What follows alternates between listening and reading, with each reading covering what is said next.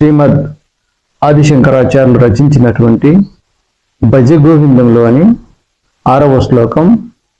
తోడురాని బంధాలు. యావత్ పవనో నివసతి దేహే తావత్ పృచ్ఛతి కుశలం గేహే గతవతి వాయో దేహాపాయే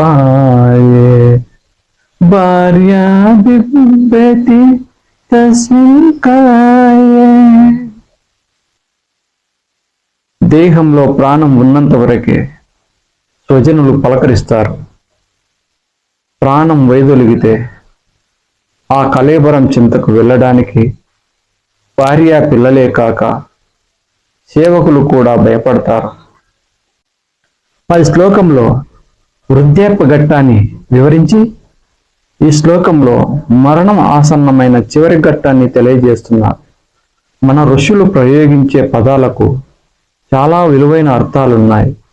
వాటిని సరిగ్గా గ్రహించలేకపోవడం వల్లనే మనకు ఈ తిప్పలు ముప్పులు తప్పడం లేదు.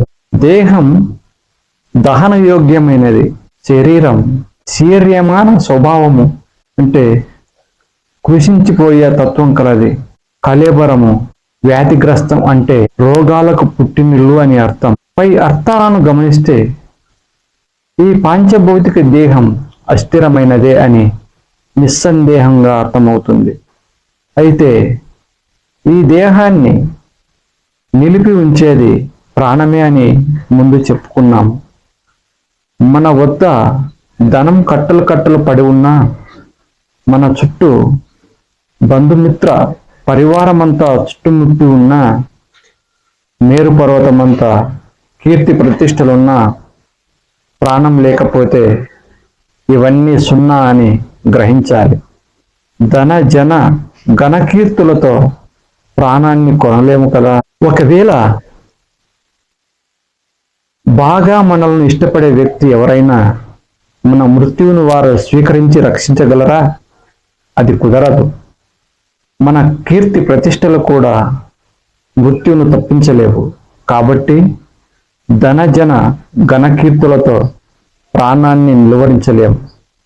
అమూల్యమైన ఈ ప్రాణాన్ని అనుగ్రహించిన ఆ దాత ఇంకెంతో శ్రేష్ఠుడో ఒక్కసారి ఆలోచించండి. వాడి గురించి ఏ రోజు ఆలోచించే ప్రయత్నం చేయడం లేదు. తాత్కాలికంగా మనకు లభించిన ధన జన ఘనకీర్తులను చూసి మురిసిపోయి ఉబ్బి తబ్బిబ్బయి వాటిని పట్టుకొని వేలాడుతున్నాం. అవి వచ్చినట్లే వచ్చి చుట్టం చూపుగా పలకరించి వచ్చిన దారినే తిరిగి వెళ్ళిపోతున్నాయి. అందుకే మూఢమతే అంటున్నారు శ్రీ శంకరులు. యథార్థవాది లోక విరోధి. ఇది సున్నితమైన అంశం. ఈ అంశాన్ని సరిగ్గా అర్థం చేసుకోకుండా శంకరులు అన్నిటిని విడిచిపెట్టి సన్నాసుల్లా ఒంటరి బ్రతుకు బతకమని అశాస్త్రీయమైన సంకేతాలు ఇస్తున్నారేమోనని విమర్శించే అవకాశం కూడా ఉంది. మహనీయులను విమర్శించడం ఈ లోకానికి వెన్నతో పెట్టిన విద్య. దేనిని పూర్తిగా గ్రహించకుండా సగం సగం విని వెంటనే నిర్ధారణ చేయడం వల్ల ఈ అనర్థాలు కలుగుతాయి. ఇల్లు, పిల్లలు, భార్య, భర్త, బంధువులు అలా అన్నిటినీ విడిచిపెట్టి అడవులకెళ్ళి ముక్కు మూసుకొని తపస్సు చేయమని ఎవరూ చెప్పరు. అది వెర్రితనమవుతుంది. ఎందుకంటే ఈ మహానగరం నుండి ఖాళీ చేసి అందరూ అడవులకెళితే నిర్జనంగా ప్రశాంతంగా ఉన్న ఆ అడవి ఇంతమంది జనాభాతో నిండి మహానగరం అవుతుంది. ఖాళీ అయిన ఈ మహానగరం కీకరణ్యమవుతుంది. కాబట్టి శంకరులు అన్నింటినీ విడిచి వెళ్ళమనడం లేదు. అన్నింటికీ ఆధారమై ఉంటూ సదా సంరక్షించే ఆ గోవిందుణ్ణి భజింపు అని సూచిస్తున్నాడు. మనిషి ఆరోగ్యంగా ఉన్నంతకాలం అందరూ పలకరిస్తుంటారు. అదే వ్యక్తి అనారోగ్యం పాలైతే సానుభూతి చూపిస్తారు. సేవలు చేస్తారు. ఒకవేళ అతను మరణిస్తే ఆ కళేబరాన్ని ఎవరైనా పలకరిస్తారా? ఒకవేళ పలకరించినా అది స్పందించదు కదా. కాబట్టి సజీవంగా ఉన్న వ్యక్తిని పలకరిస్తారు, ప్రేమిస్తారు. కానీ ప్రాణం నిష్క్రమించిన తరువాత ఆ కళేబరాన్ని ఎవరూ పలకరించరు, ప్రేమించరు. మనిషి జీవించినంత కాలం ఇతరులకు ఉపయోగపడుతూ ఉంటేనే విలువ. ఏనాడైతే ఈ వ్యక్తితో ఉపయోగం ఉండదనిపిస్తుందో ఆ క్షణాన కనికరం లేకుండా విడిచిపెట్టేస్తారు.